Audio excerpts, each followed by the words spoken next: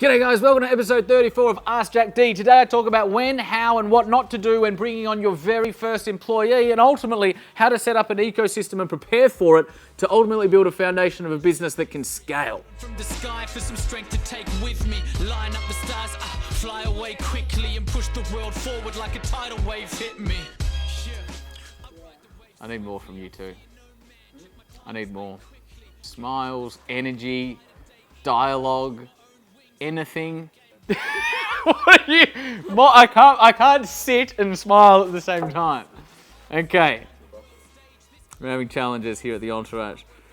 G'day guys and welcome to episode 34 of Ask Jack D. We are having an absolute blast answering your questions live from the social media floor absolutely every day. Thank you for joining us. This question today comes from Lauren Lease via Facebook, who says, Jack, when do you know it's the right time to start hiring, and do you have any advice about how to go about it? Lawrence, really good question, and it just so happens I do have some advice about how to go about it, which is incredibly uncharacteristic of me, I know, right? So, when do you know it's the right time? You know it's the right time because there is an existing need within your organization to bring on somebody else to do something, and they can probably do it better than you, right? Generally, typically speaking, as entrepreneurs, we're really good at the marketing and the sales and the business development and the brand building and telling the story, representing the brand, not always, but often.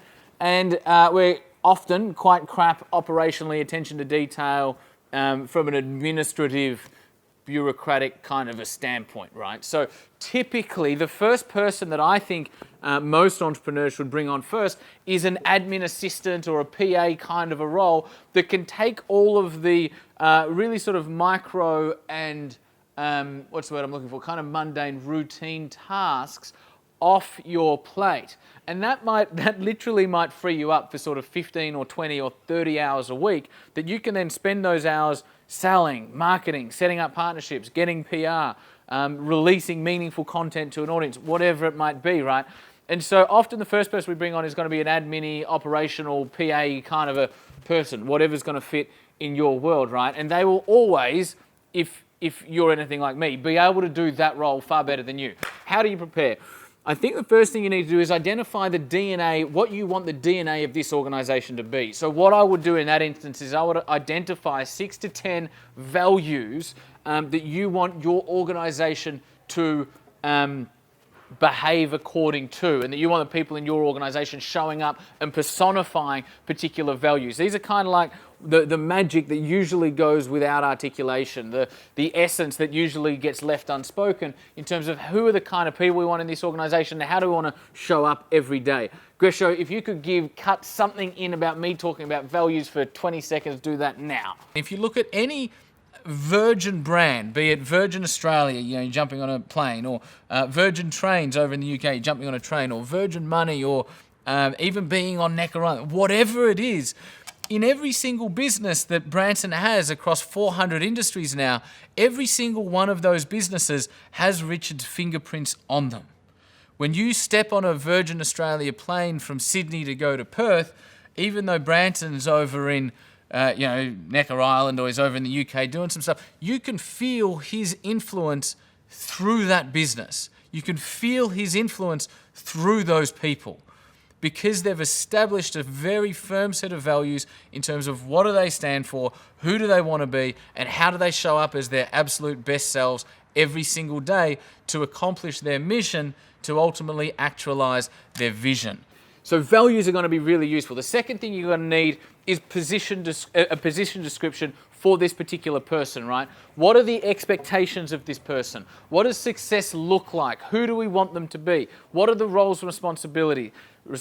How are we going to measure success? Who do they report into? If they're your first employee, they're going to report into you. How are they going to report in? Are we going to set up a weekly, all of our managers and leaders at the Entourage have a weekly vital signs meeting with, their direct reports, which is a weekly meeting for the manager and the leader and the staff member to check in and go, how are we doing? Are we on track? Are we being successful according to predetermined KPIs or vital signs that will be able to tell us whether they're being successful in that particular role? And then the third thing that I think you're going to need before they start is some systems. And I know this sucks, right? And I probably didn't do this myself. But if you're going to bring on a PA or bring on someone, if you can just develop some systems, which is basically a documented process around how they do different tasks, when they step into the role, if you can go, here are 30 systems or whatever for you to follow in terms of how to do this, how to send an email to the database, how to lock up the office, whatever it might be, how to do the bookkeeping, don't know.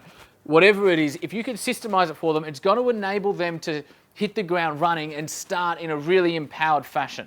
If you don't have time to do the systems, that's completely cool. Get them started, train them on all of the stuff and get them to write the systems, which is what they'll end up doing anyway, right? But if you can provide them with some to start at a foundational level, give them clarity over how to do the foundational stuff in their role, then they'll feel all that much more empowered. This is a tricky thing, right? And let me just talk about some principles that I think are important to think about in bringing on your first person.